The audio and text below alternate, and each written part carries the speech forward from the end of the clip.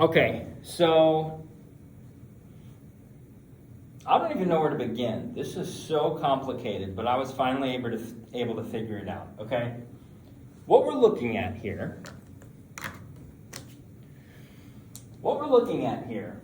is if we have a Fisher projection, okay? We have a hydrogen up north, bromine south, a methyl on the east, and this methyl or this ethyl group on the west, right?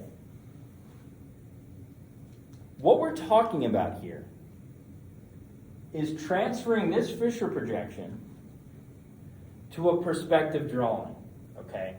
Let's talk about the Fisher projection first. When we're looking at a Fisher projection, you could have a test question just on that. What you need to remember really is just this.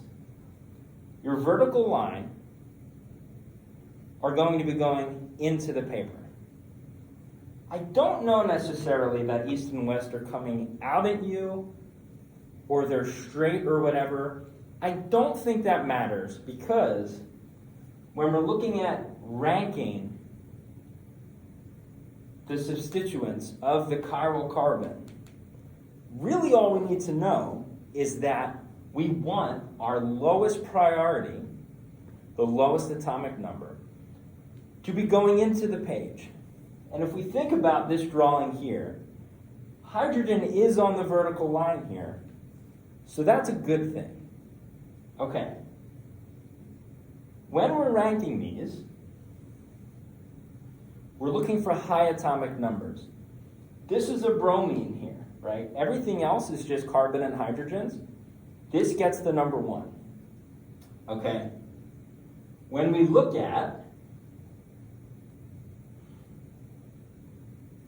this one here, a methyl group, we know that this carbon is attached to 3 other hydrogens. So its configuration would be HHH, okay? The ethyl group, we have to be careful here. It's the CH2 that is the first carbon, and that is attached to 2 hydrogens and 1 carbon. So its little 3-letter John here is going to be CHH, okay? The carbon beats out the hydrogen because carbon has a higher atomic number. That's what's going to give it number 2, okay? The rankings are the same between Fisher and perspective, all right? I wrote the rankings over here, but we're looking at just the Fisher right now, okay? And the hydrogen, because its atomic number is 1, gets the number 4. So that's where we're getting our rankings from. Now, you want to go from 1 to 3. It's always from 1 to 3, no matter if you're looking at perspective or Fisher. And you want to see what direction is your arrow traveling in. If we start at number 1, which is the bromine, and go to number 3, which is our methyl, we're going to the right, and that's clockwise. Right starts with the letter R, which is your R configuration, okay? So this Fisher projection is in the R configuration. But we needed to make sure that this hydrogen is going into the plane of paper again, which it is because it's on the vertical axis, the y-axis here. And because we're thinking of this picture, that's exactly where we need it to be, okay? I believe in some cases, if the hydrogen were here, we would simply make a swap, and this R, even though your arrow would still be going clockwise, because you had to make a swap to get your hydrogen to go up here, that would change the R to an S. Okay, so what we're looking at here is switching this Fisher projection to a perspective. And it kind of changes all the rules. This is where it gets confusing, but let's break it down. we're going to forget about this for a second, and we're going to remember two rules. That right is light, and left, ledge, wedge. So what does that mean? It means when we draw our perspective, what's on the right is going to be light, is going to be dashed. This methyl group is dashed. What's on the left, ledge, wedge, becomes a wedge. This ethyl group becomes our wedge. One quick rule here is that just like an antenna, the dash is going to go on the top. So you can see this little antenna here with the wedge on the bottom. You want this antenna, it looks exactly like an antenna. You always want it going up, not necessarily up, but higher than the wedge, okay? And the other thing to keep in mind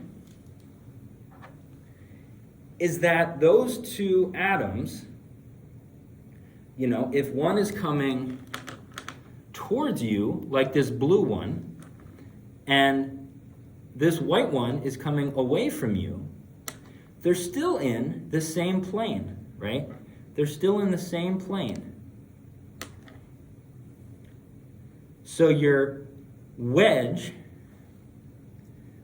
and your dash away from you, towards you, although they're going in the same directions, they're in the same plane, okay? These other two are in the same plane. So you have two planes here, right? My pointer finger on this one, my pointer finger on this one, okay? So as we're transferring from our Fisher projection to our perspective drawing,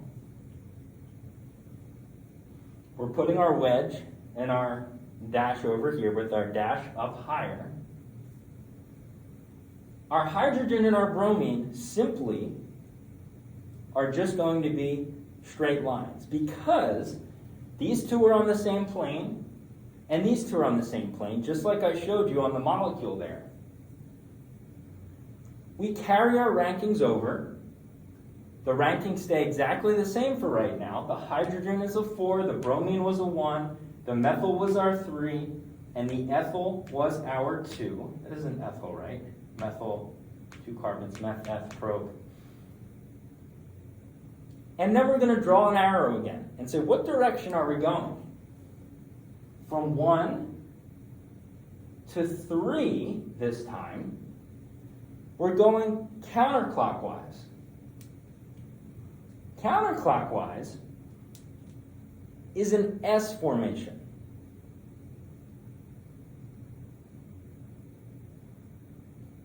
But when we look at the hydrogen here, is it going into the plane of the paper? It's not. It's in plane. The methyl is going into the plane of the paper. So what do we need to do? We need to swap them.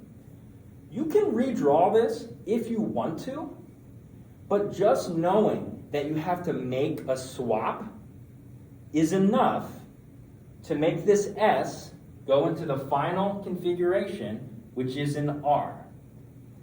Because if you switch the 3 and the 4, your arrow is still going in the same direction, but you made a change which is going to knock out the S, and it's going to turn this into an R.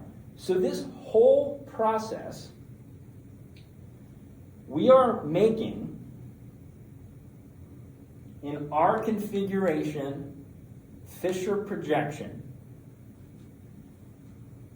into